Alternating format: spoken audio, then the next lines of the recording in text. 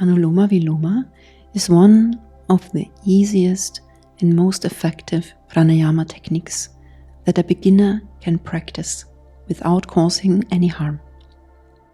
But despite having such easy application and being very simple, there are still some problems that frequently occur with Anuloma Viloma practice. One of the most common problems that occur is actually tension. Tension in the shoulders, tension in the neck, or pain in the lower back or between the shoulders. We keep our right arm bent during the practice, and there is no support for our elbow. So when we are not relaxed and we are not aware of the tension in the body, it can accumulate and build up over the time of the practice. And then you might feel some pain. So it is important to prepare for pranayama. Make sure that your body is loose. Do some asanas before you practice pranayama. When your energy channels open more, you will lose these problems. Now the energy will not be blocked by only applying an ankle in your limbs.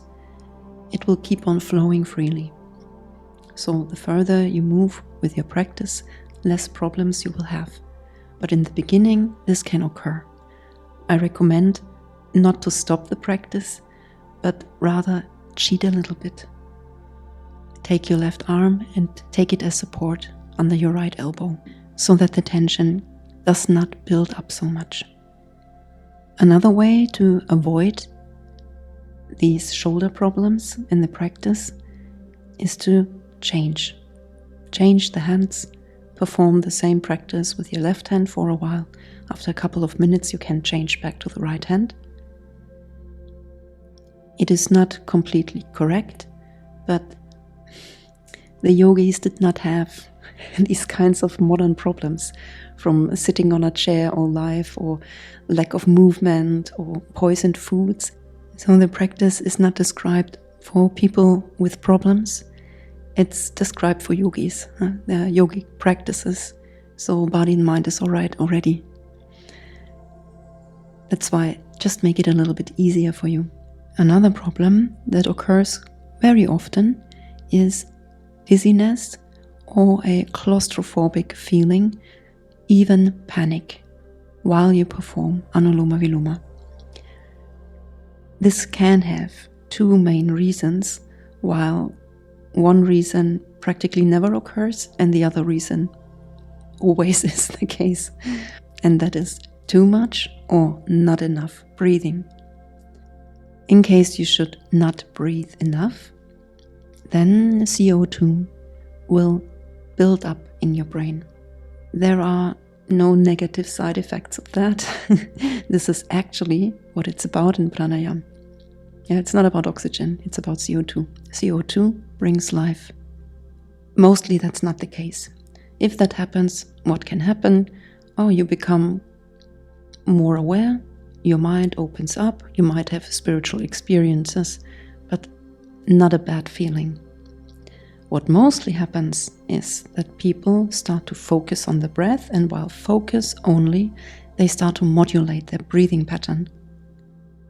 And not in the way of refining the qualities of the breath, but by intensifying the breathing itself. Of course, you breathe a little bit against an obstacle when you close up one nostril. So people think, now I have to breathe more vigorously. And with every breath, with every round, they hyperventilate slowly.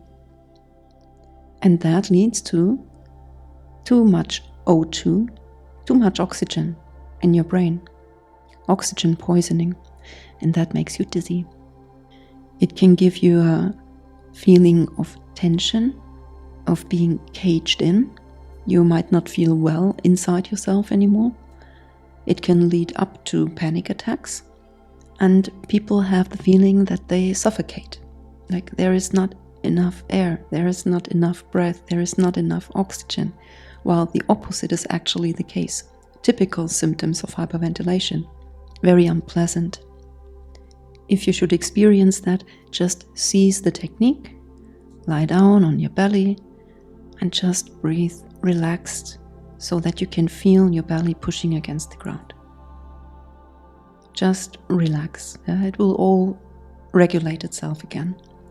It's not the practice, it's just a wrong application. And in the beginning, people are just not aware of it. We are all very unaware of our breath, of our breathing pattern, of the amount of oxygen in the blood, oxygen in the body cells, the CO2 levels. We are not aware of it. Yeah? So easily these small mistakes happen in the beginning. What can you do against it is prepare. Anuloma Viloma is for you when you know how to breathe. So all these problems occur because people don't breathe right. Again, Makarasana, again, go down to the ground and build up your diaphragm and train your autonomous nervous system so that you breathe in the right way all the time. Another problem that occurs sometimes is constipated nostrils.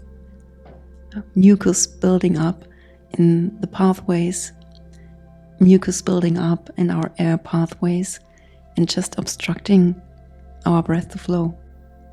There are a few tricks to fix that very easily, but I highly recommend to do some Jalaniti in the morning before you do your pranayama. Jalaniti means water shower for the nose. Jala is water. So a nasal shower is not only extremely healthy, but also helps you a lot to breathe freely in your pranayama practices. Please make sure that both nostrils are open and you can breathe freely. Usually, the nostrils are not equally open because one or the other side of your autonomous nervous system is more active. But when you practice Anuloma Viloma for a prolonged period of time, it will be balanced all the time. So avoid these small mistakes and enjoy your practice and of course the wonderful health benefits that the practice brings. Please subscribe here and also on the webpage in order to have access to guidances and more yogic health tips. Thank you very much. Bye bye.